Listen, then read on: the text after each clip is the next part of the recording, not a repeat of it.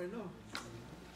You never know. Just recently, one of my friends from work, his sister was clubbing and all these things, and she ended up taking off with this guy, and that girl gets beat up and raped.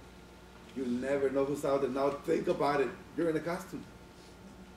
You're pretty dumb, I tell you. Oh, it's because that costume looks so good. His eyeball is sticking out, and he's got a horn coming out, and I'm gonna take up with this person. It says in 3 John 1:11, it says, do not imitate what's evil. Straight out. Do not imitate what's evil. You see, the world has got this way of turning things around.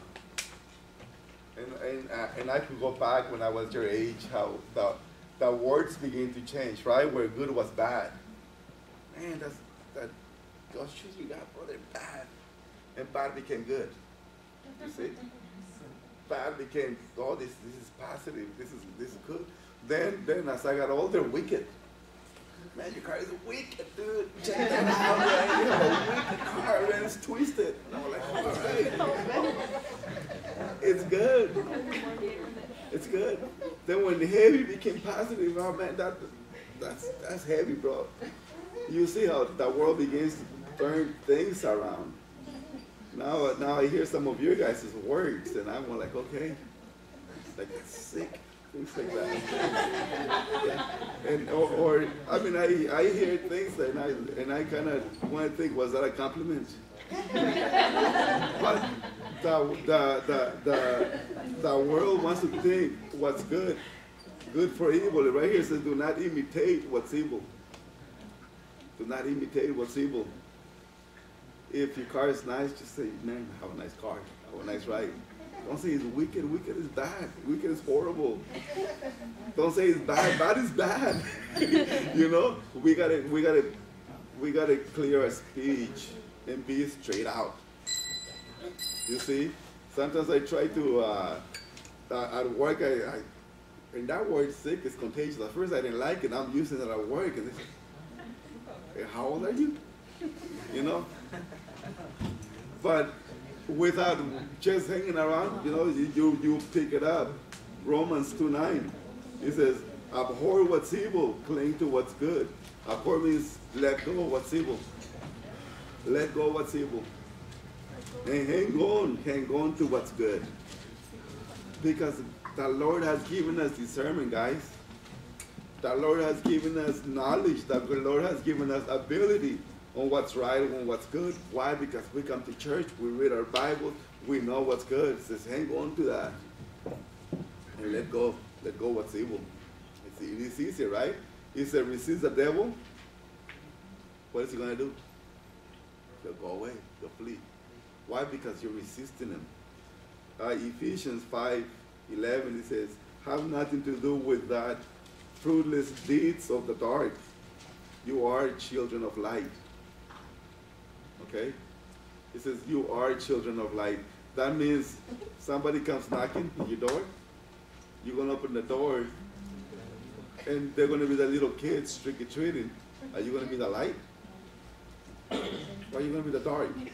If you just open the door and you give them candy, what good did you do? But if you open the door and you give them a tratadito, you say, here, God bless you. Or if you say, you know what, Jesus saves, here's your candy. You are being the light. You see, the kids will say, what the heck is wrong with that guy? But you know what, you were representing the light. For you are the light. When you open the door, they got to go, oh, we should have come to this house. You know, you blinded me with the light. My voice keeps betraying me. 1 Corinthians 10:31, it says, whatever you do, do everything for the glory of God. Whatever you do everything for the glory of God. Come on now. Can we honor that? Whatever you do it for the glory of God. I cannot partake on anything that's wicked on Halloween because I want to glorify God. I cannot partake of it. For I am a servant, for I am a son, for I have been cleansed with the blood of the Lamb, because I've been pulled out of the mud and the Lord restored me. I cannot partake of anything that's wicked or anything that's evil out there. And that's what Halloween is all about. Now, where did it all started? How much time do I have? There's a lot of time for God. How did it get started? It started 500 to 600 years ago. How long ago did Christianity get started? About the same time, right? So when that Christianity separated, I shouldn't say got started because it started with Jesus Christ, but when it separated from the church, from the Catholic Church, it's been about 600 years. It's almost at the same time that Halloween got started. Okay, and it was started by the Celtics, by the Druids, and all these teachers of wannabe Christians, right? And they used to, this group of people, they used to worship different gods.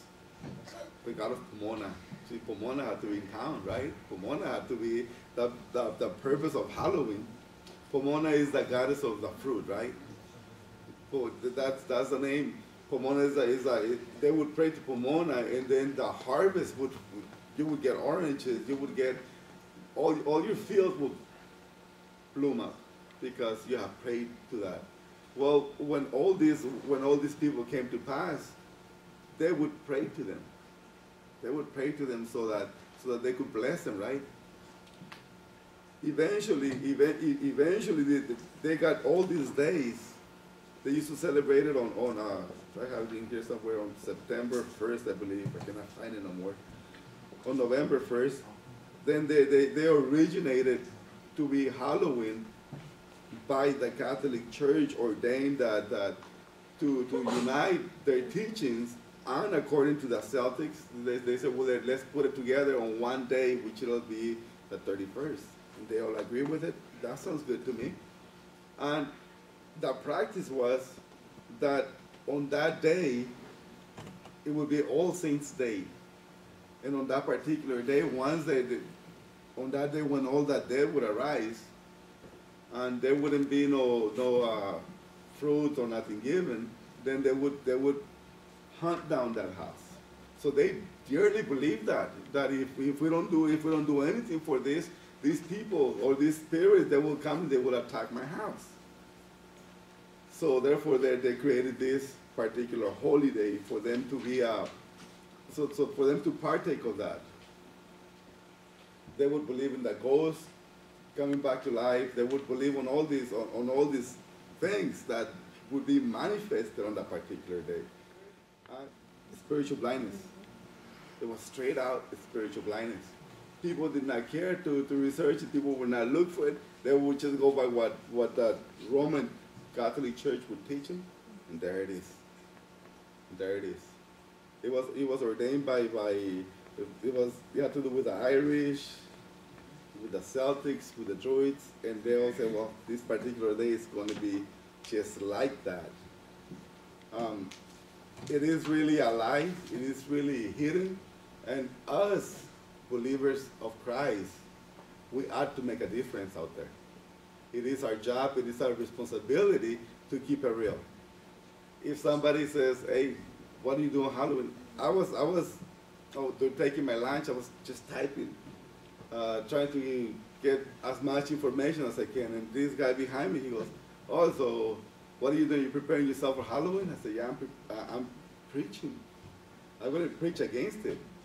And he goes, well, I don't believe on that. That's okay. I'm going to preach against it. And he says, okay, well, I'm just telling you, you're going to confuse people. You're trying to take their fun away. And so look, one of these days, you and I are going to be in front of God, and your knees are going to bow down, and you're going to confess. And he started, I won. I said, yes, you are. And he kind of got freaked out. He goes, okay, go ahead and preach about your Halloween. I'm going to get my costume. But you see, if you don't stand up and you represent who you are, then we're losing the battle. We're losing the fight. It doesn't matter where you are. It doesn't matter what the outcome is. You have to, because you have to. You have to stand up and represent. And I'm just giving you some basics that are out there. Next week, I'm going to show you guys a movie that it is in-depth, that is going to show you guys exactly what Halloween. That's why I'm not trying to spend too much time on that. To close it up. To close it up, let's go Ephesians. Go to Ephesians. Ephesians. It's a different video, Omar. It's not the same one.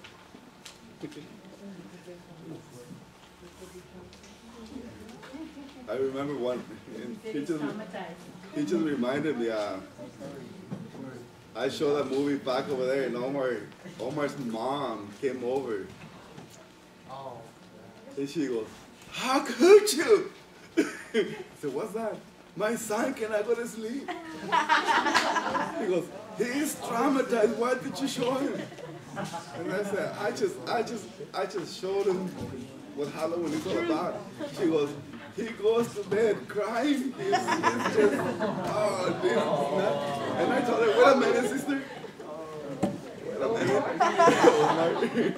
I only say this because I know you, I love you, brother. And I told her, well, tell me something, sister. Has he watched Nightmare on Elm Street? Yeah. What's up? Maybe he got scared because he saw the truth, right? Okay, Ephesians 5. Ephesians 5. And we're going to start in verse 7.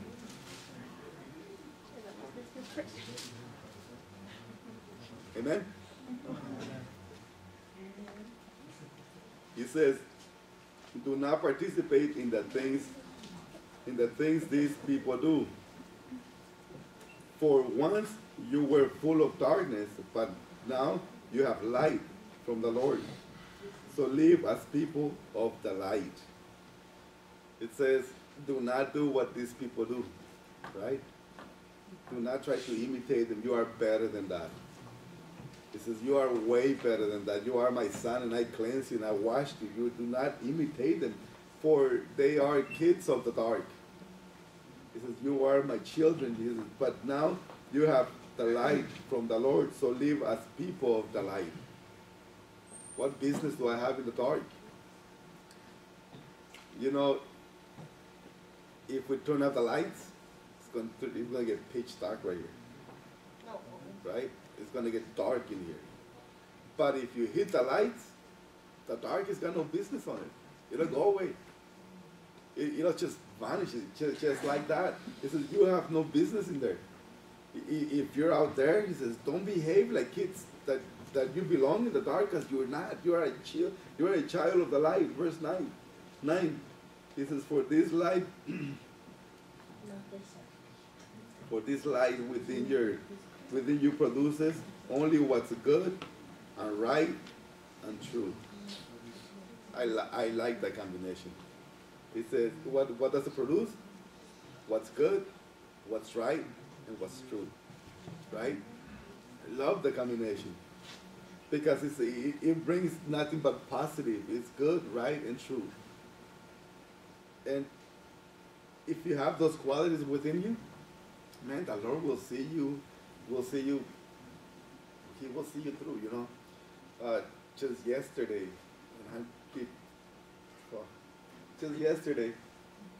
I was sitting in my room just getting ready to relax. And I built this tower at work. It's 12 foot tall. It takes 20 yards of concrete. Okay, and I spent all day working, probably manpower, about 60 hours just to build this thing. Cool. I looked at it and I said, that looks good. And I'm sitting down and I'm texting my friend at work and I tell him, you know what? Let me know when you start pouring it. He goes, yeah, I'm pouring it. And I text him later, how's it going? 'Cause, you know, I'm nervous, you know, it's my project, it's my baby. It's all me right there. And he goes, oh, okay, it's gone good.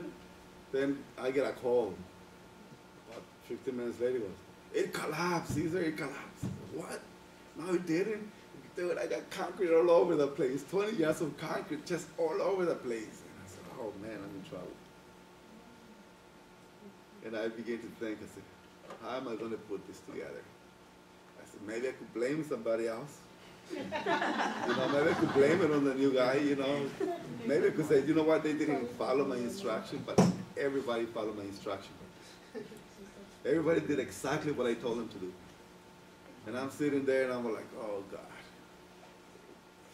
Why did he call me? He spoiled my night. Beautiful. But who lies? But Satan. He is a king of lies. And the word tells us, right, that if you lie, you're speaking his language. Amazing. You don't speak Spanish, you don't speak English, he speaks lies. And if you lie, you're speaking his language. That means that you and him can look straight eye to eye and say, stop lying. You know, if you lie, you're speaking Satan's language. I hope you're not recording all that because I'm choking up over here. Verse 10, he says, carefully. Verse 10.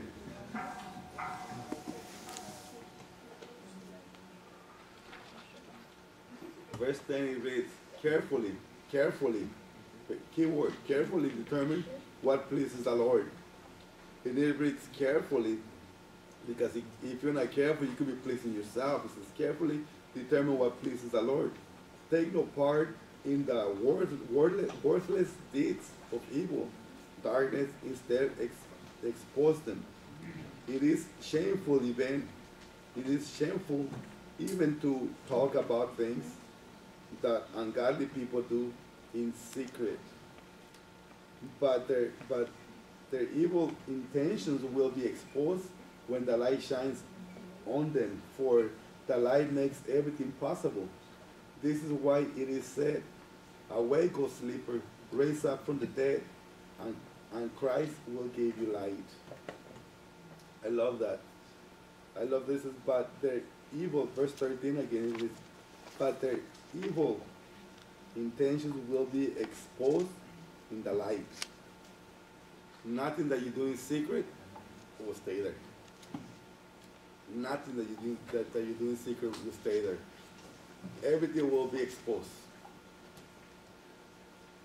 And that scares people out. Once you tell them, you know what, everything you've done in secret, the Lord will expose it publicly. I'm not saying it is there. Everything that you've done in secret, the Lord will expose it publicly. You were a costume, the Lord will say you were a costume. He says, awake, O sleeper, raise up from the dead. Because at one time we were dead. This is a wake up. And Christ will give you the light. We are children of the light. We are children of God. We are representatives, ambassadors of Jesus Christ. We have no business with anything that's devilish out there. And that's the point that I wanted to get across, you guys. We are servants. We are ministers. We are followers of Jesus Christ. We have no part of this. It doesn't mean that we hide either. It means that on Halloween we go out there and we let them know who we are. We're not afraid. I'm not afraid, right? What the Apostle Paul said, I'm not ashamed of the gospel. It is the power of God, right? So why should we? We're not. We're going to stand tall. We're going to say who we are. Amen? Let's close it in prayer, guys.